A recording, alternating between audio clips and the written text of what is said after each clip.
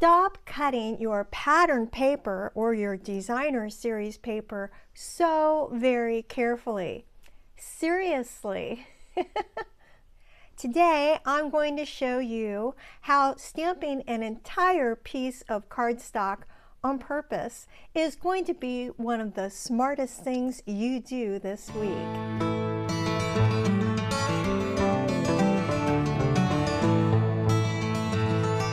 Hi, I'm Julia with Julia Sue's Stamping. And if you've been to the channel before, then welcome back. And if this is your first time, then welcome. I'm so glad you're here, no matter what, to share a little bit of your crafting time with me. Thank you. Today, I'm going to help share with you how to stamp up one sheet of cardstock and make 4 really awesome cards. They're all going to have the same base idea and be 4 completely different cards. And I'm telling you, this has endless options. I'll show you how to stamp up the background, how to cut it up, and then I'm going to share with you several different card sets that I've created using this technique. I can't wait to share it with you. You're going to get to see how absolutely versatile all of this is, using different stamps, inks, and stamps, using different stamps, inks, and cardstocks that you have in your crafting space. This is quick. This is easy, and it is one of those techniques that you're going to come back to over and over again. So if you are watching the premiere, please hop over into the live chat and say hi. I'd love to know that you're here. If you're watching the replay, please leave me a comment. I promise, as soon as YouTube lets me know that you've left the comment, I'll be sure to respond. All right.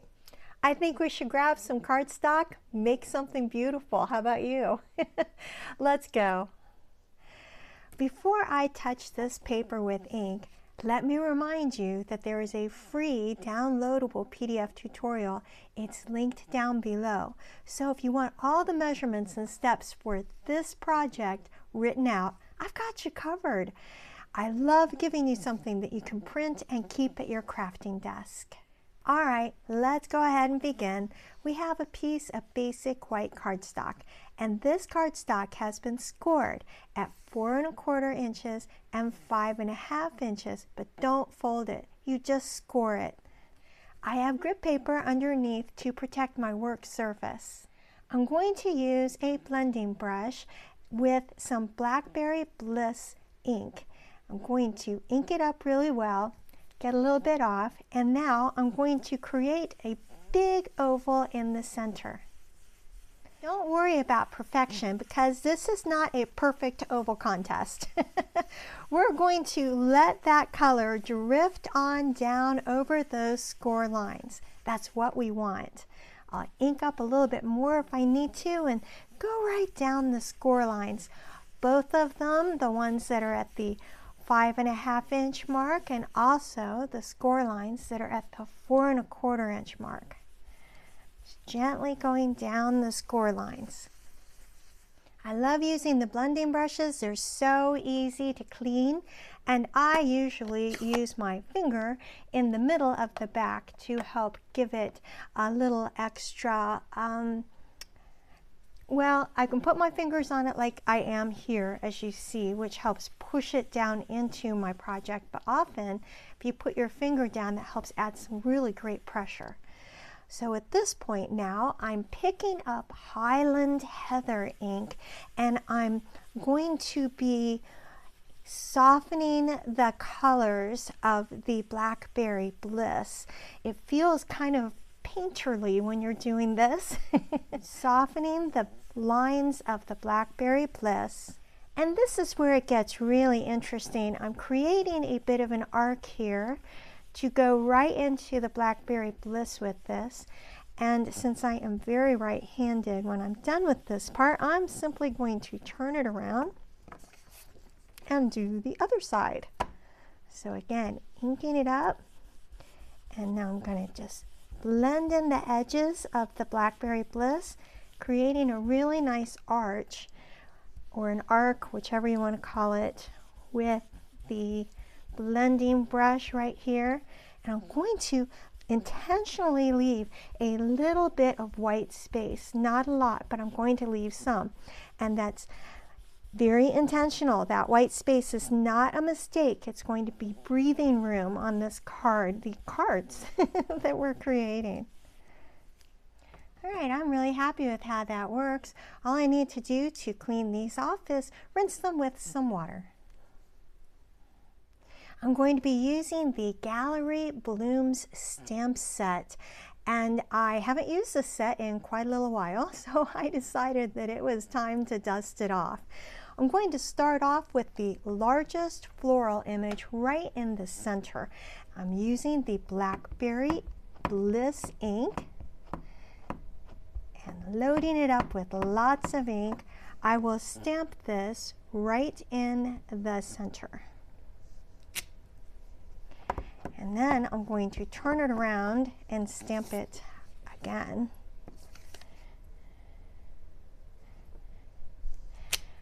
Kind of in the center. These images are absolutely gorgeous. I'm going to go down that score line. And then I'll do the same thing over here, using those score lines. See how these score lines are really starting to matter now, because they're not random, they are guides.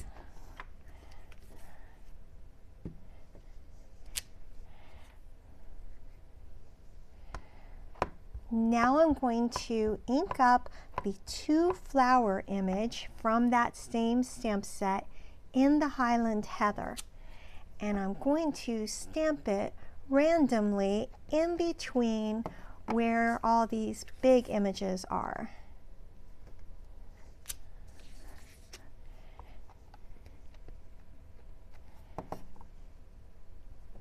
They may overlap a little bit every now and then, and that's okay. I'm also going to go down the edge with this one. Let's see, how do I want to do it? I think that's fine. And I'll go over here with it. Just getting it onto the cardstock. I think this one I'll go this direction.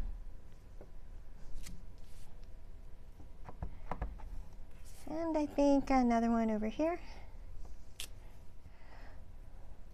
Layering images like this helps give you depth without extra bulk. And it looks really detailed, but it's super, super simple. I am taking the smallest image from that stamp set. I have it in the Blackberry Bliss again, and what I'm doing is I'm stamping it off every time so that it has a different color than the full strength Blackberry Bliss. Some people call it generational stamping. I've always called it stamping off. So it's whatever you like to call it.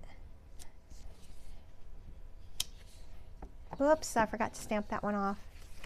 Okay, and again, I am going to go off the paper, just here and there, stamping the images.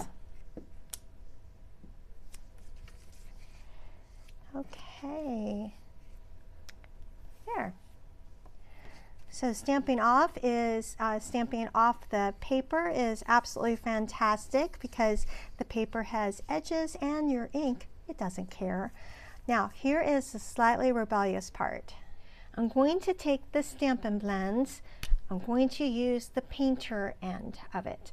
And what I'm going to do with that is I'm going to use the brush tip. I'm going to gently smack it with an acrylic block to create splatter.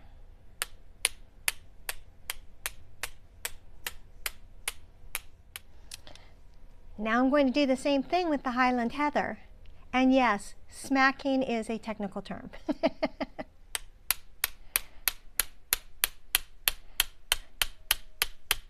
I absolutely love doing that splatter because it helps everything feel finished and artistic, even if we didn't mean to be artistic. All right, so we're going to let that dry.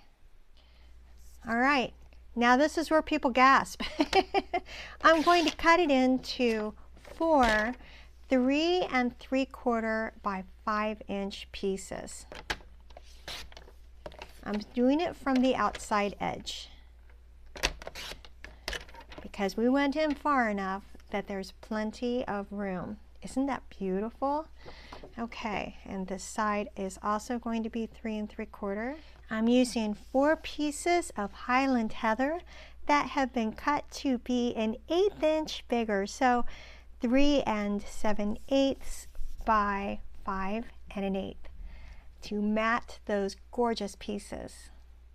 After all of them have been matted, they're going to be put onto card bases using dimensionals. 2 of the card bases have been cut to be 5 1/2 by 8 1/2 and then scored at 4 1/4, and 2 of them have been done to be 4 1/4 by 11 and then scored at the 5 1/2. Same artwork, but different orientations. And inside each card, I've added a basic white panel that's 3 3/4 by 5 that was matted with Highland Heather at 3 7/8 by 5 1/8, just like the front is. So now let's dress them up. The sentiments I'm using for this set is the banners, sayings, and I'm going to be punching them out with the 3 banner punch. Now, have you ever stamped on something and wanted to punch it and it was just kind of small? I'm going to show you a super quick trick to help make it easier for you to get that image punched out. I'm creating a little extra hand here for me, a longer finger, and now I'm going to be able to put that in really easily, exactly where I want it to go, and punch out that sentiment. For a little bit of extra fun, I grabbed these die cuts from the Coordinating Gallery Blooms dies and did them out of Blackberry Bliss and some silver foil that I had. Now to decorate the fronts. Well, here they are. Quick, clean, and done. Oh, I absolutely love these. All right, now I'm going to finish them off with some rhinestone basic jewels because a little sparkle never hurt anybody. This is why I absolutely love this technique. It's so quick, it's easy, and it feels custom every single time. You can just switch this up endlessly. Want to see how different this can look? Well, let me show you 2 other sets that I've created using this exact same concept. First, I use the pop-up petals with Mossy Meadow and Berry Burst cardstocks. The blended inks are Mossy Meadow and Old Olive. I added Mossy Meadow low profile sparkle dots for a soft shimmer. Same layout, totally different mood. And then I went for a completely different look. This time it was trusty tools. The blended inks are Pecan Pie and Crushed Curry. It also has Early Espresso cardstock and Crushed Curry cardstock. Early Espresso linen thread was used for texture and for the embellishment. I colored in the tools with a variety of Stampin' Blends, and on each one of them I added 3 little nuts and bolts from those die cuts using brushed silver foil, some leftovers from a black ice experiment that was in my stash, because why not? Well, that's what I wanted to share with you today.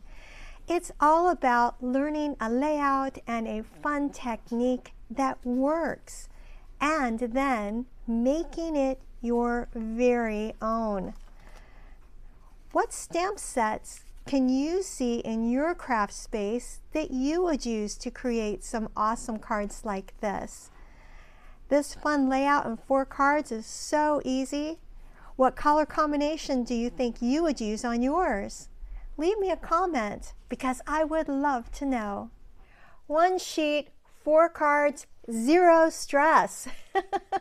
Well, I hope that this video today helped give you permission to stop stressing about your layouts. They're going to look awesome, especially when you use this technique. You really can create a whole stack of gorgeous cards from very simple ideas. Well, if this inspired you, would you please give the video a thumbs up? Hit subscribe if you haven't already, and follow me on social media. All these things are absolutely free and make a gigantic difference to my teeny tiny business. I really appreciate your support. If you don't already have a Stampin' Up! Demonstrator, I would love to be your crafty cheerleader. Thank you so much for spending a little bit of your time with me today. I hope you have an absolutely fantastic day and that you have a chance to get inky. Bye!